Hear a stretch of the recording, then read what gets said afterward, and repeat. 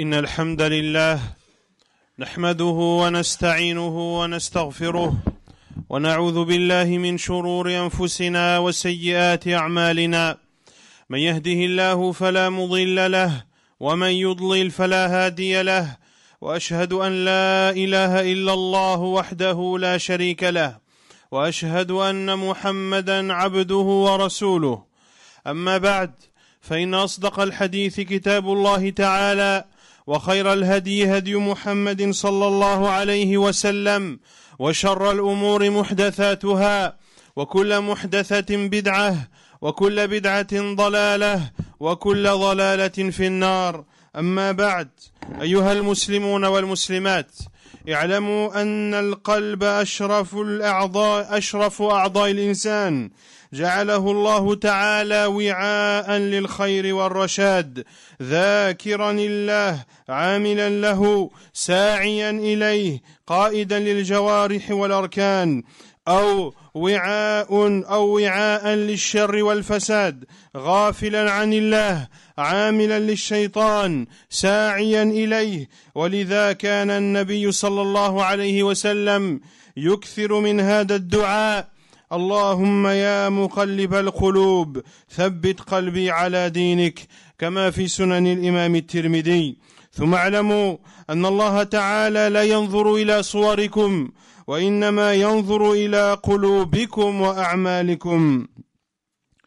وهو إذا صلح الجسد كله، وإذا فسد الجسد كله، كما أخبر بذلك النبي صلى الله عليه وسلم، وهو محل معرفة الله ومحبته وخشيته وخوفه ورجائه، ومحل النية التي بها تصلح الأعمال وتقبل أو ترد وتبطل. قال صلى الله عليه وسلم: إنما الأعمال بالنيات وإنما لكل امرئ ما نوى. Chers musulmans et musulmanes, sachez que le cœur est le membre du corps le plus honorable.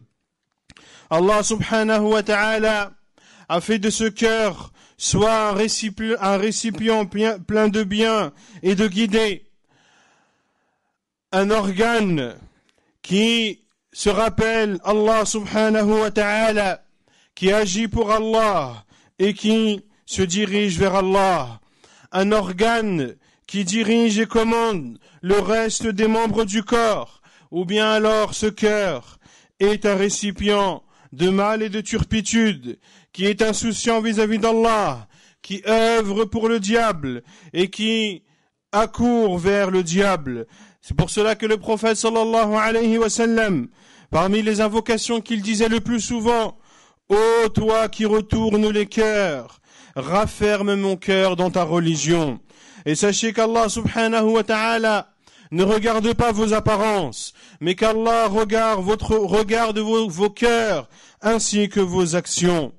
Ce cœur, lorsqu'il est bon, l'ensemble du corps est bon. Et lorsque le cœur est mauvais, l'ensemble du corps est mauvais, comme nous en a informé le prophète sallallahu alayhi wa sallam.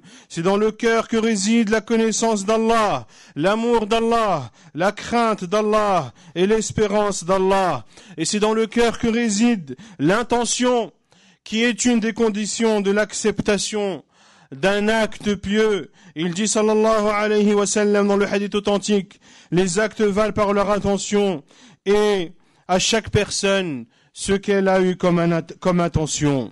ثم اعلموا أن القلوب تقسو فتكون كالحجارة وأشد قسوة، كما قال تعالى: ثم قست قلوبكم من بعد ذلك فهي كالحجارة أو أشد قسوة، فتبعد عن الله وعن رحمته وعن طاعته. وأبعد القلوب من الله القلب القاسي، الذي لا ينتفع بتذكير ولا يلين لموعظة ولا يفقه مقاله، فيصبح صاحبه يحمل في صدره حجرا صلدا لا فائدة منه ولا يصدر منه إلا الشر. ومن القلوب ما يلين ويخشع ويخضع لخالقه ويفقه ويقرب من الله ومن رحمته وطاعته، فيحمل صاحبه قلبا طيبا رحيما يصدر منه الخير دائما. ولقسوة القلوب أو لينها أسباب يتعاطى العبد وسنذكر شيئا منها. Puis sachez, chers musulmans et musulmanes, que les cœurs s'endurcissent jusqu'à être comme de la pierre ou plus dur encore, comme le dit Allah Azza wa Jal. Puis vos cœurs se sont endurcis et ils sont devenus comme de la pierre ou plus dur encore. Et un cœur dur comme de la pierre est un cœur qui s'éloigne d'Allah, qui s'éloigne de l'obéissance à Allah et qui s'éloigne ainsi de la miséricorde d'Allah. Et les cœurs les plus éloignés d'Allah sont ceux qui sont durs et rigides. Un cœur qui ne profite pas des rappels, un cœur qui ne fond pas lorsqu'il entend une exhortation. Ainsi, la personne qui a un cœur comme celui-ci transporte malheureusement dans sa poitrine une pierre qui ne lui est d'aucun bénéfice. Et parmi les cœurs, il y a ceux qui frémissent, il y a ceux qui se soumettent à leur Seigneur, il y a ces cœurs qui se rapprochent d'Allah, de son obéissance et de sa miséricorde. Et la personne qui a un cœur comme celui-ci porte en elle un cœur bon, miséricordieux, qui diffuse le bien. Et sachez que la dureté des cœurs, ou la dureté du cœur, a des causes qui la provoquent. Et nous allons en citer quelques-unes. فمن أعظم أسباب تليين القلوب قراءة القرآن واستماعه. قال تعالى: إن في ذلك لذكرى لمن كان له قلب أو ألقى السمع وهو شهيد. وقال تعالى: فذكر بالقرآن من يخاف وعيد. وقال الله تعالى: الله نزل أحسن الحديث كتابا متشابها تقشعر منه جلود الذين يخشون ربهم ثم تلين جلودهم وقلوبهم إلى ذكر الله. وقال تعالى: ألم يأن للذين آمنوا أن تخشع قلوبهم لذكر الله وما نزل من الحق ولا يكونوا كالذين أوتوا الكتاب من قبل فطال عليهم الأمد فقست قلوبهم. في هذه الآيات الكريمة أن القرآن العظيم أعظم ما يلين القلوب لمن أقبل على تلاوته واستماعه بتدبر، كما قال تعالى: لو أنزلنا هذا القرآن على جبل لرأيته خاشعا متصدعا من خشية الله. وأنه يجب على المسلمين الإقبال على كتاب ربهم تلاوة وتدبرا وعملا حتى تحصل لهم الهداية وحياة القلوب. ولا تشبهوا بأهل الكتاب الذين حملوا التوراة والإنجيل فأعرضوا عنهما فقست قلوبهم بسبب ذلك فلا يقبلون موعظة ولا تلين قلوبهم لوعد ولا لوعيد. ومن أعظم ما يلين القلوب تذكر الموت وزوال الدنيا والانتقال إلى الدار الآخرة. ومن أعظم ما يقسي القلوب الغفلة عن الآخرة ونسيان الموت والانشغال بالدنيا. قال تعالى: كل نفس ذائقة الموت وإنما توفون أجوركم يوم القيامة فمن زحزح عن النار وأدخل الجنة فقد فاز وما الحياة الدنيا إلا متاع الغرور. وقال صلى الله عليه وسلم: زوروا القبور فإنها تذكر الآخرة. وقال عليه الصلاة والسلام: أكثروا من ذكر هادم اللذات الموت. وقال تعالى: إن الذين لا يرجون لقاءنا ورضوا بالحياة الدنيا واطمأنوا بها والذين هم عن آياتنا غافلون أولئك مأواهم النار بما كانوا يكسبون.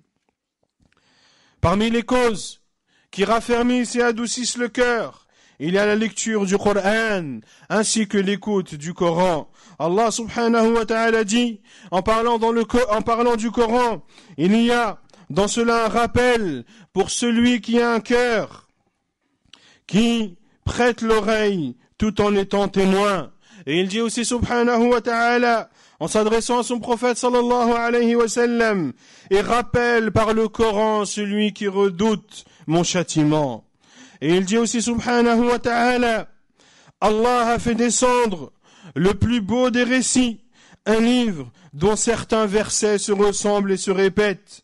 Les peaux de ceux qui redoutent leur Seigneur frissonnent, puis leur peau et leur cœur s'apaisent au rappel d'Allah. Et il dit aussi subhanahu wa ta'ala, le moment n'est-il pas venu pour ceux qui ont cru que leur cœur s'humilie à l'évocation d'Allah et devant ce qui est descendu de la vérité, à savoir le Coran, et ne pas être pareil à ceux qui ont reçu le livre avant eux, ceux qui trouvèrent le temps assez long et leurs cœurs s'endurcissent, et beaucoup d'entre eux sont pervers. Dans ces versets du Coran, Allah Azza wa Jal nous montre que l'un des meilleurs moyens qui adoucissent le cœur et le raffermissent est celui qui lit le Coran et qui l'écoute avec méditation. Comme l'a dit Allah subhanahu wa ta'ala, si nous avions fait descendre ce Coran sur une montagne, tu l'aurais vu s'humilier et se fendre par crainte d'Allah. Il est donc obligatoire pour chaque musulman et musulmane d'accourir vers le livre d'Allah, de le lire, de le méditer et de le mettre en pratique, afin d'être guidés et afin que leur cœur puisse enfin vivre. Et ne ressemblez pas aux gens des livres, et ne ressemblez pas aux gens du livre, ceux qui avaient en leur possession la Torah et l'Évangile, mais se sont détournés de ces deux livres. Ainsi leurs cœurs se sont endurcis, et n'ont plus accepté de rappel, et leur cœur n'était plus atteint, ni par une promesse, ni par une menace. Et parmi les moyens qui permettent d'adoucir le cœur, il y a le fait de se rappeler la mort et de savoir que cette vie d'ici-bas est amenée à disparaître et que l'on va, un jour ou l'autre, être amené dans la vie de l'au-delà. Et parmi les moyens qui endurcissent le plus le cœur, c'est le fait d'être insouciant vis-à-vis de la mort, d'oublier la mort et d'être préoccupé par cette vie d'ici-bas. Il dit subhanahu wa ta'ala, toute âme goûtera à la mort et vous serez rétribués selon ce que vous avez fait le jour du jugement. Celui donc qui sera éloigné de l'enfer et entrera au paradis aura alors connu la victoire, et cette vie d'ici-bas n'est que tromperie. Et il dit aussi sallallahu alayhi wa sallam, visitez les tombes car elles vous rappellent l'au-delà. Et il dit aussi sallallahu alayhi wa sallam, rappelez-vous souvent la destructrice des plaisirs, la mort. Et il dit subhanahu wa ta'ala, ceux qui espéraient notre rencontre, ceux qui espèrent notre rencontre et sont satisfaits, ceux qui n'espèrent pas notre rencontre et sont satisfaits par cette vie d'ici-bas et sont apaisés par celle-ci, et ceux qui sont insouciants envers nos signes, voilà ceux dont le refuge sera l'enfer selon ce qu'ils ont accompli. ومن أعظم ما يلين القلوب الاعتبار بما جرى وما يجري للأمم الكافرة من الهلاك والدمار، ومن أعظم ما يقسيها الغفلة عن ذلك. قال تعالى: فكأي من قرية أهلكناها وهي ظالمة إن أخذه وهي ظالمة فهي خاوية على عروشها وبئر معطلة وقصر مشيد. أفلم يسيروا في الأرض فتكون لهم قلوب يعقلون بها أو آذان يسمعون بها فإنها لا تعمى الأبصار ولكن تعمى القلوب التي في الصدور.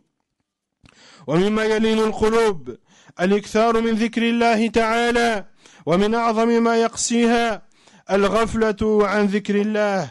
قال تعالى: إنما المؤمنون الذين إذا ذكر الله وجلت قلوبهم.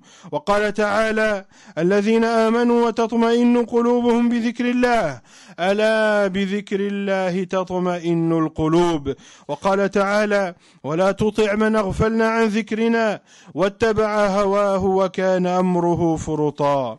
Et sachez que parmi les moyens qui adoucissent le cœur, il y a le fait de se mémorer et de méditer sur ce qu'on subit et ce que subiront les peuples mécréants comme destruction et anéantissement.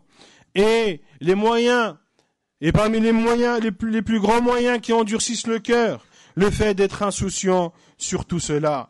Il dit subhanahu wa ta'ala son le sens. Et combien de cités nous avons fait périr parce qu'elles commettaient des tyrannies. Elles sont réduites à des toits écroulés, des puits et palais désertés. Ne parcourent-ils pas la terre afin d'avoir des cœurs pour comprendre? Et ce qui raffermit et adoucit le cœur également, le fait de beaucoup évoquer Allah subhanahu wa ta'ala et de ne pas évoquer Allah endurcit le cœur. Il dit subhanahu wa ta'ala, les croyants sont ceux qui, lorsque le nom d'Allah est cité, leur cœur frémissent. Et il dit aussi subhanahu wa ta'ala, ceux qui ont cru et dont les cœurs frémissent au rappel d'Allah, n'est-ce pas par le rappel d'Allah que les cœurs sont apaisés? Et il dit aussi subhanahu wa ta'ala, et n'obéis pas à celui dont nous avons rendu le cœur inattentif à notre rappel, qui suit sa passion et dont le comportement est outrancier. أقول قولي هذا وأستغفر الله.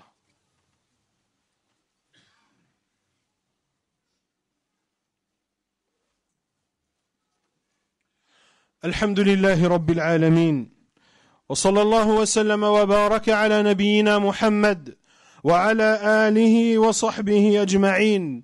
أما بعد، ومن أسباب لين القلوب واتعاظها التفكر والنظر في أحوال المرضى والفقراء والمبتلين، ومن أسباب قسوتها الاغترار بالصحة والقوة والغنى والثروة. قال النبي صلى الله عليه وسلم: انظروا إلى من هو دونكم ولا تنظروا إلى من هو فوقكم فإنه أجدر أن لا تزددروا نعمة الله عليكم. وقال تعالى عن عاد الذين غرتهم قوة أجسامهم وكثرة أموالهم فأما عاد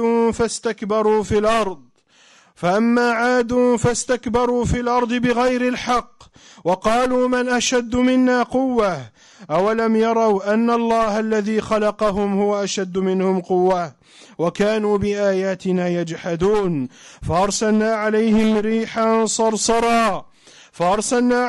ريحا صرصرا في أيام نحسات لنذيقهم عذاب الخزي في الحياة الدنيا ولعذاب الآخرة أخزى وهم لا ينصرون. فلو زار الإنسان المستشفى ورأى أحوال المرضى وما يقاسونه من الآلام، ولو نظر إلى الفقراء والأيتام وما هم فيه من الحاجة والمجاعة لعرف قدر نعمة الله عليه ولان قلبه. ولكن حينما يصرف النظر عن ذلك وينظر إلى أهل الترف والغنى وما بأيديهم من زهرة الحياة الدنيا فإنه يقسو قلبه ويتعاظم في نفسه. وقد أمر الله عز وجل نبيه صلى الله عليه وسلم أن يجالس فقراء المسلمين والمستضعفين من المؤمنين وأن لا يتجاوزهم إلى أصحاب الثرى والغفلة. قال تعالى: واصبر نفسك مع الذين يدعون ربهم بالغداة والعشي يريدون وجهه ولا تعد عيناك عنهم تريد زينة الحياة الدنيا ولا تطع من أغفلنا قلبه عن ذكرنا واتبع هواه وكان أمره فرطا. Parmi les moyens qui adoucissent les cœurs, il y a le fait de méditer et de regarder la situation des personnes qui sont malades, qui sont pauvres et celles qui sont éprouvées. Et parmi les causes de la dureté du cœur, le fait d'être dupé par sa santé, par sa force ou par sa richesse. Le prophète sallallahu alayhi wa sallam dit: regardez ceux qui sont en dessous de vous et ne regardez pas ceux qui sont au-dessus de vous. Ainsi, cela sera plus propice à ce que vous vous rendiez compte des bienfaits d'Allah sur vous. Et Allah subhanahu wa ta'ala a dit en parlant de Ad, le peuple du prophète d'Allah Hud, qui ont été dupés par leur richesse et par leur force physique. Allah Azza wa Jal dit à leur sujet: quant à Ad, ils se sont enorgueillis sur terre dans le faux, et ils ont dit qui est plus fort que nous? N'ont-ils pas vu qu'Allah qui les a créés est plus fort qu'eux? Mais ils reniaient nos signes. Puis Allah Azza wa Jal dit, nous déchaînâmes alors sur eux un vent violent et glacial pendant des jours néfastes, afin de leur faire goûter le châtiment de l'ignominie dans la vie présente. Ainsi, si le musulman visitait les hôpitaux, et s'il voyait la situation des malades et la souffrance qu'ils ont, si le musulman regardait les pauvres et les orphelins, et regardait la situation de besoin dans laquelle ils sont, il reconnaîtrait le bienfait d'Allah sur lui, et ainsi son cœur s'adoucirait. Mais celui qui détourne son regard de tout ceci, et préfère regarder les riches, ceux qui ont entre leurs mains la beauté futile de cette ville ici-bas, nul doute que celui qui dirige son regard vers ce genre de personnes, son cœur s'endurcira et son âme s'enflera. Et Allah subhanahu wa ta'ala a ordonné à son prophète sallallahu alayhi wa sallam de côtoyer les pauvres parmi les musulmans et d'être en compagnie des faibles parmi les croyants et de ne pas se détourner d'eux et de se diriger vers ceux qui ont été victimes de leur insouciance. Il dit subhanahu wa ta'ala, et fait preuve de patience en restant avec ceux qui invoquent leur Seigneur matin et soir, désirant sa face, et que tes yeux ne se détachent point d'eux en cherchant le brillant de la vie sur terre. Fattaqullaha ibadallah.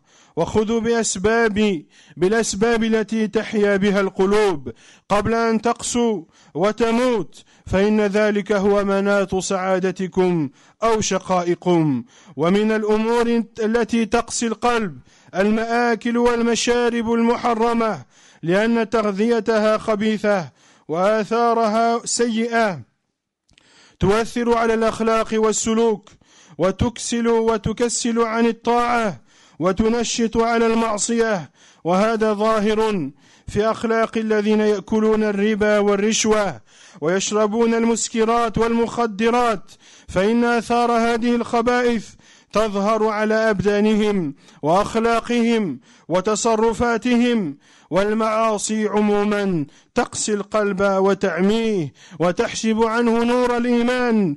قال تعالى كلا بل ران على قلوبهم ما كانوا يكسبون. وفي المسند وجامع الترمذي عن أبي هريرة رضي الله عنه قال رسول الله صلى الله عليه وسلم إن المؤمن إذا أذنب نكت في قلبه نكتة سوداء فإذا تاب ونزع واستغفر سقل قلبه وإن زادت حتى تعلو قلبه فذلك الران الذي ذكره الله عز وجل كلا بل ران على قلوبهم ما كانوا يكسبون. Craignez donc Allah, chers musulmans et musulmanes, et mettez en œuvre les causes qui feront en sorte que vos cœurs vivent avant que ces cœurs ne s'endurcissent et ne meurent, car cela dépend de votre bonheur ou bien de votre malheur. Et parmi les causes qui endurcissent le cœur, le fait de boire et de manger le haram, car le fait de nourrir le cœur par des choses mauvaises a un impact mauvais sur le cœur. Et cela a des conséquences néfastes sur le comportement. La personne qui se nourrit de haram sera une personne qui connaîtra la paresse vis-à-vis de l'obéissance à Allah. Et ce sera une personne qui sera motivée à désobéir à Allah.